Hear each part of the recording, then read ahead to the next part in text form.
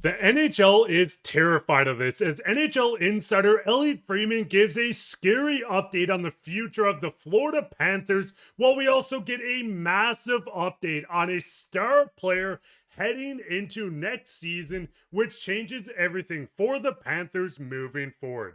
We're going to break down all these updates from Elliot Freeman. This one key update on a star player as Bill Zito continues to look at a three-peat going into next year. We're going to break down all this and more later on this episode. Before we get into that, we're trying to reach our goal of 18,000 subscribers. Want to give a huge shout out to everyone watching this. And if you haven't hit it yet, we're just under 100 away. So go down and hit that free subscribe button, and we'll give you daily updates from all around the league. But with that, Darius, let's just hop straight into that, where we did get an update from Elliot Freeman going in on the Florida Panthers cap situation they're currently dealing with.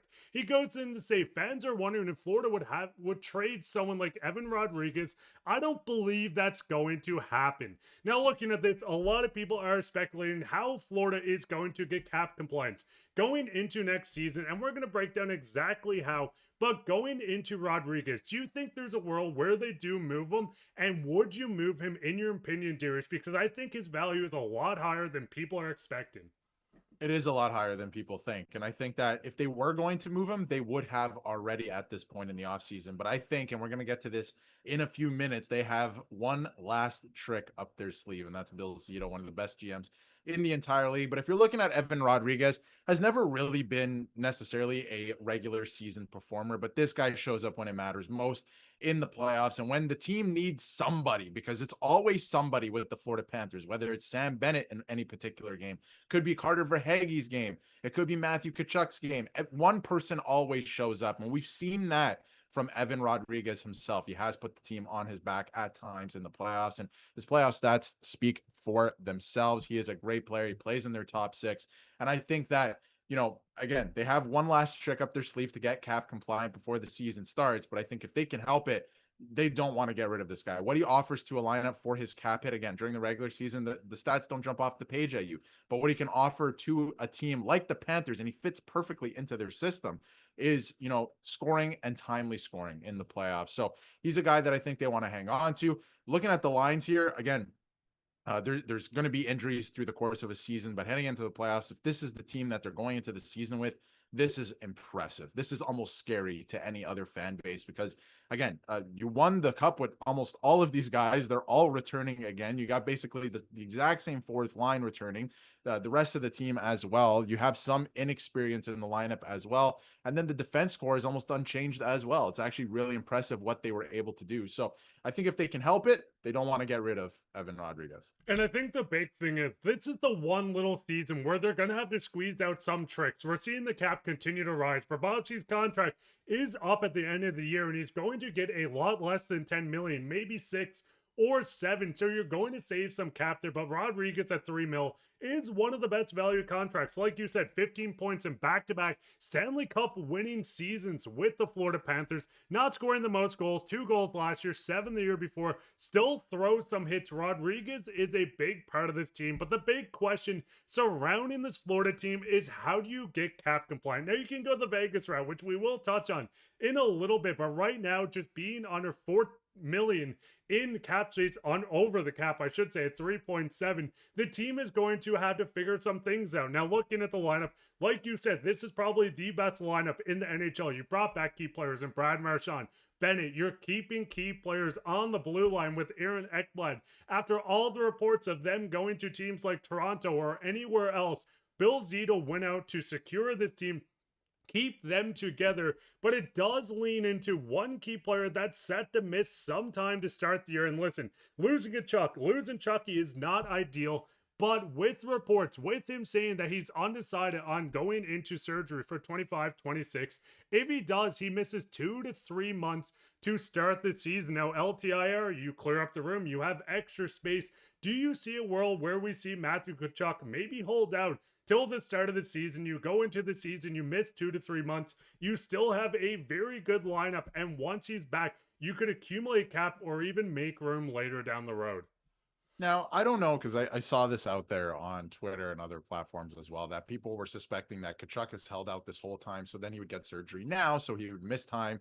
So then his contract can go on LTIR, of course, and then they can afford, obviously, to keep everybody together into the season. Of course, that becomes a problem later. We're going to get to that in a second. But I don't necessarily buy that. I would imagine that he was trying to rehab it, and then they finally found, okay, he has to get surgery, and now he's going to get surgery. So I do think that, does play into it. But the fact of the matter is he's going to get surgery, and he's going to miss significant time into the season. The season's about to start, and training camp's about to start in about a month's time from right now, maybe a little bit less. So he's going to miss some time. His contract's going to go on LTIR. They're going to get that relief, and they're going to be able to keep everyone together, at least to start the season. Now, I do think that there is a world, because you accumulate cap space over the course of a season, that they might only have to move out a minor contract to then make this work with Tkachuk coming back, which is incredibly scary for the rest of the league. So I do think there is a world where they don't actually have to trade anyone. And I also don't buy into the whole tax factor with the Florida Panthers and no tax states and all of this stuff, because you can go back years and the teams weren't that good. Why weren't players going there? And obviously Aaron Ekblad taking $3 million less than his market value has nothing to do with taxes. He wants to stay and he wants to win with this group, right? So I think that's absolutely terrifying for the rest of the league. And I do think that there is a world, Mark, where this season they don't have to make any changes. And when Tkachuk comes back, well, I shouldn't say any changes. They would have to move out, again, some money, but it probably wouldn't have to be a Rodrigues. And at the same time, once Tkachuk does come back, whether it's, let's say, January at this point, I think it gets very interesting. But I want to throw it back to you now, too, because I think things can get even more interesting. And there might be even more drama with this team, that they're saying he can miss 3 to 4 months. Of course, he's got to get back to skating. What if this bleeds into, let's say, January? What if this bleeds into, let's say, the Olympic break, right? There's the Olympics this year. And then what if he goes to the Olympics, he plays, maybe he has to go back on LTIR, right? I'm just saying that could be a conspiracy at this point, but there's a real opportunity here or a real chance, I should say, not an opportunity, where Matthew Tkachuk does miss the entire season. And I think that, you could be on LTIR the whole time, and they can even add at the trade deadline. So things are going to get crazy. Maybe I'm thinking too far into the future, but this is the last season that you can take advantage of this. And I think the big thing is, listen, not having Matthew Tkachuk, having their most important forward when it comes offensively on this team, it is going to be hard to consecutively get wins without him. But I mean, looking at the lineup, if you want to miss him for 2 to 3 months, I do think they're completely fine without him. But I think the biggest thing is, listen, with Tkachuk, there is a world, like you said, that he rehabs, he pushes himself to get back for the Olympics. Let's be honest here, he's going to be in the starting lineup for this team when you go into the Olympic break. But if he does miss more time, you accumulate more cap space to make a bigger trade. And you pull the Vegas route of bringing Mark Stone, which would be Matthew Tkachuk in this case, back for game 1 of the playoffs. But I think the biggest thing as well, Bill is looking at this lineup and saying, hey, we have a tough decision to make at the very moment. If Chucky's out for an extended period of time, you run the lineup that's on the screen. Of course, it could be different sections or lines on how it works, but there's going to be a world where someone within this lineup might go down with an injury during the season, which once again would clear up more room for Tkachuk to return. This is a Florida team that, in a strong sense, might three-peat. They have a very good chance to make the finals for the 4th year in a row. Panthers fans or fans of any team, how do you feel about Florida right now? I know a lot of fans are going to give backlash on it, but what they're building is very special. The three-peat that we've seen since the Islanders, I believe, was the last one. This team is doing something incredible. What is your thoughts? Who do you think is the most likely to be moved if they do need to move on from someone? Is it Rodrigues? Is it someone within this lineup? Let us know down in the comments. While you're down there, leave a like, subscribe, share this with your friends. We're trying to reach a goal of 18,000 subscribers, so go down and smash that subscribe button, and we'll keep you up to date on everything to do around the National Hockey League. But with that, I've been your host, Mark, with my co-host, Darius, and take care.